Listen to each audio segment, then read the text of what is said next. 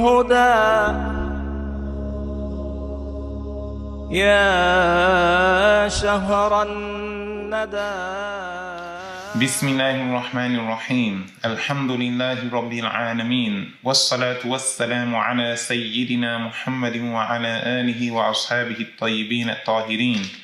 We start with the name of Allah. We praise and thank Allah the Exalted for all of the endowments that He bestowed, without Allah the Exalted being obligated to give anything. And we ask Allah to raise the rank of Prophet Muhammad sallallahu alaihi wasallam and the ranks of his wives, believing relatives, companions, and those who followed them sincerely until Judgment Day. And we ask Allah to protect the nation of Prophet Muhammad alayhi salatu wassalam from what the Prophet feared for his nation. Thereafter, in today's lesson, God willing, we'll mention some matters pertaining to dry purification at tayammum.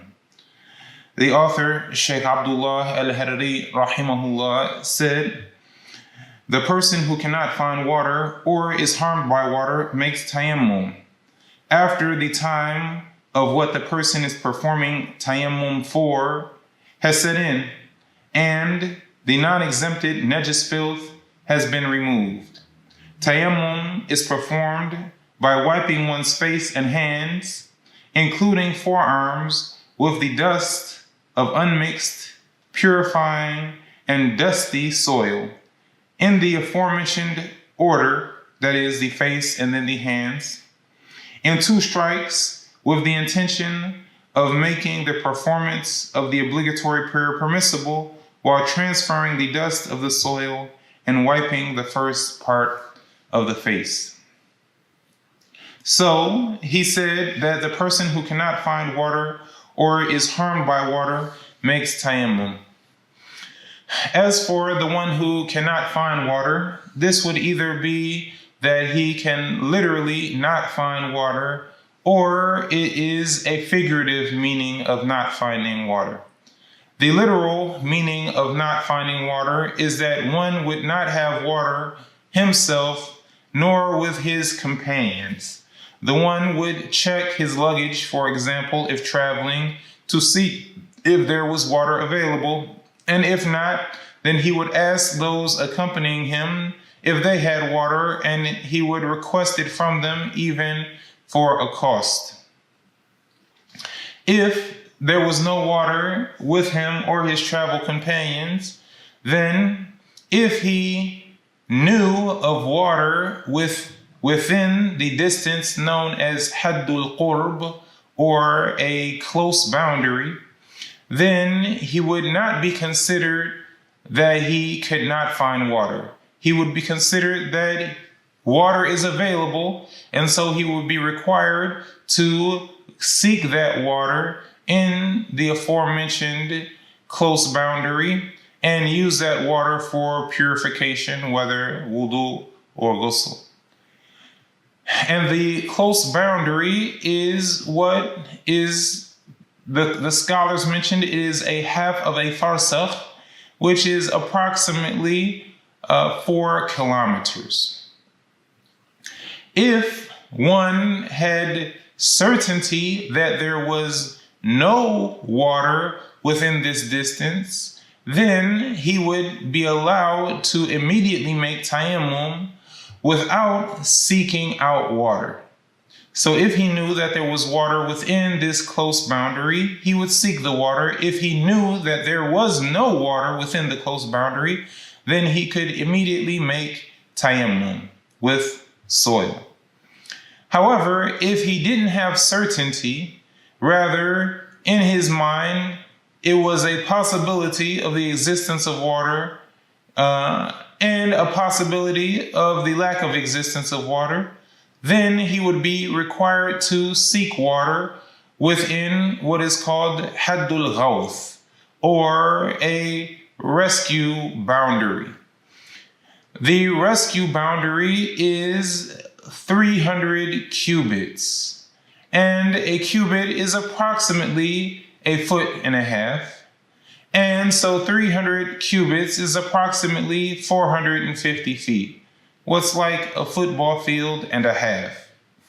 This rescue boundary is the distance that is considered that if one called out to one's companions, that they would be able to hear him if he called out to them.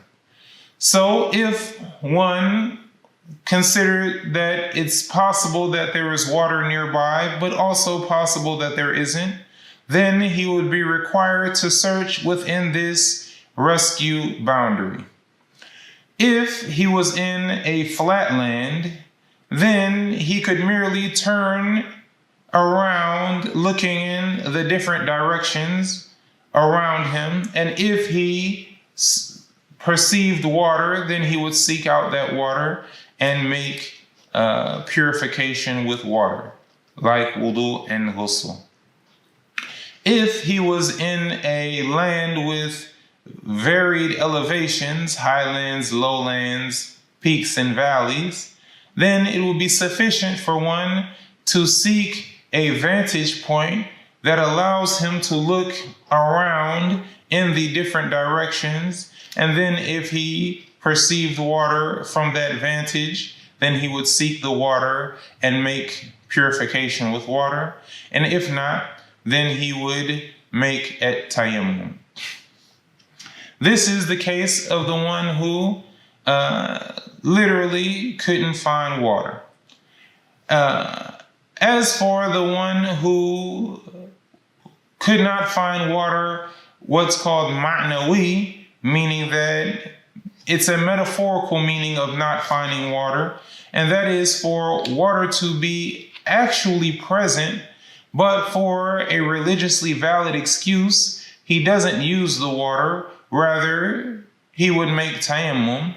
This is like the person who there was water present, but between them and the water, there was an enemy who was ready to kill them, for example.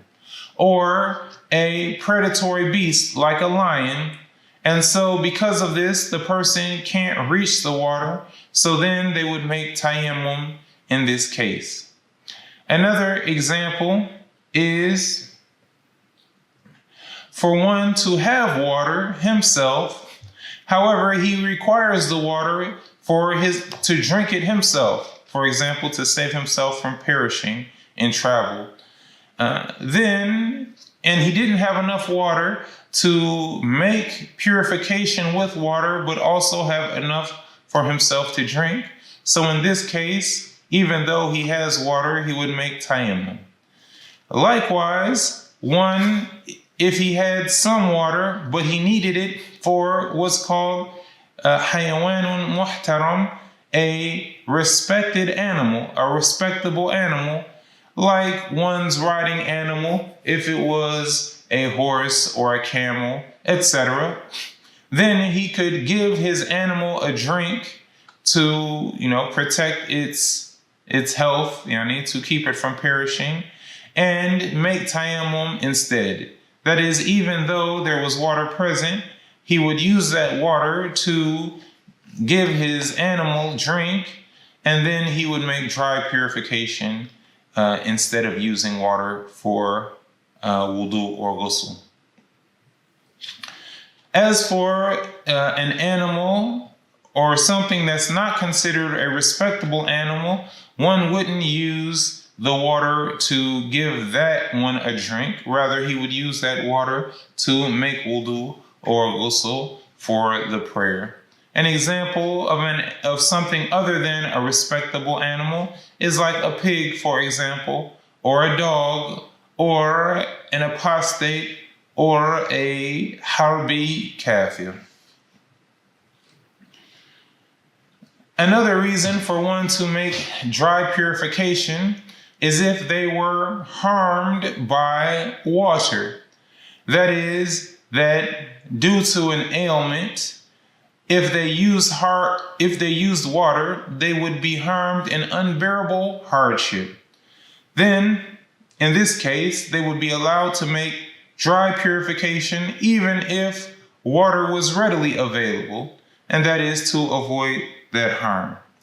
And examples of this harm that would make dry purification permissible instead of using water is that if a person used the water due to their ailment, it would lead to their death, or it would lead to the loss of a limb, or it would lead to the loss of a use of a limb, that the limb would remain, but it would become, it would no longer function.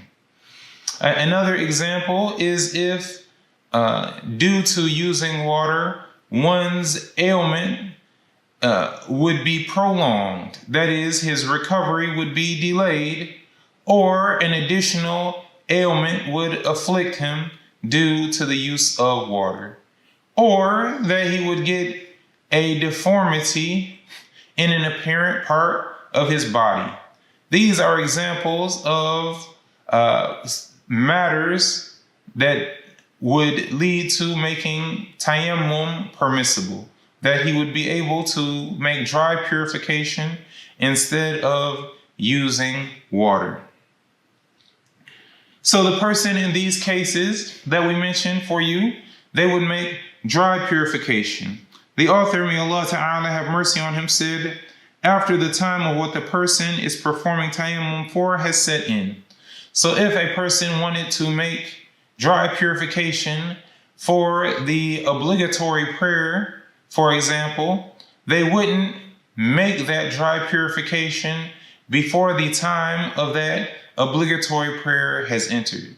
So they wouldn't make dry purification before the declination of the sun westward from the center of the sky for the Dhuhr prayer. They want to pray Dhuhr, they have to make dry purification. Then they would wait until the Dhuhr time has actually entered by the sun declining westward from its zenith point to make this dry purification, and not before. Thus, dry purification also differs from wudu in that the person who makes wudu can make wudu before the entrance of the prayer time. Normally speaking, the person, for example, if he wanted to make wudu for Dhuhr, he can make wudu for that during the duha time before the declination of the sun. Or he can make wudu for the Asr prayer in the Dhuhr time, or even before. Or he can make wudu for the Maghrib prayer in the Asr time, or the Dhuhr time, or even before, etc. It's not required for the one making wudu to wait until the entrance of the prayer time to perform his wudu.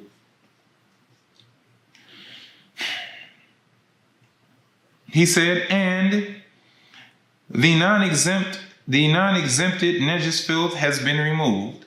We mentioned some examples of exempted najis filth, like the blood of one's own wound. However, if one had some unexempted najis filth on them, they would need to remove that before performing dry purification tayammum. If, for example, they had an amount of water, and if they used that water to remove the najis filth, they wouldn't have enough water to make wudu with. But then if they made wudu, that najis filth would remain on their body, then they would merely remove the najis filth with the purifying water.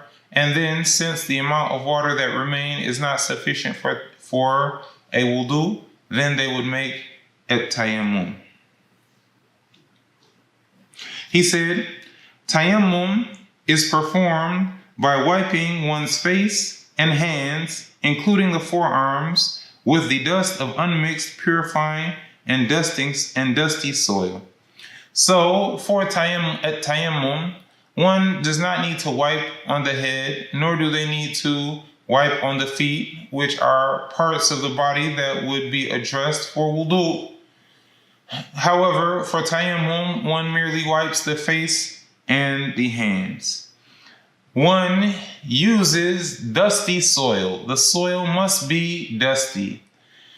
The soil would be gathered, for example, and one would use their hands to strike that soil, placing their hands on the dusty soil. They would make the intention to do what makes the prayer permissible when they had struck that soil, and then they would maintain the intention until the first wiping, of the face. This is the process for tayammum. They have the intention upon the strike. They keep the intention, having it remain in their hearts, and then they hold it until the first wiping of the face. Then they will wipe the whole face, and then they would strike and wipe the hands. The minimum is 2 strikes. If a person, for example, struck with both hands and then wiped the face with one hand and then one arm with the other hand and then did a second strike and then wiped the second hand with the dust of the second strike from the opposing hand, then this would also be sufficient. But 2 wipes is the minimum. There must be at least 2.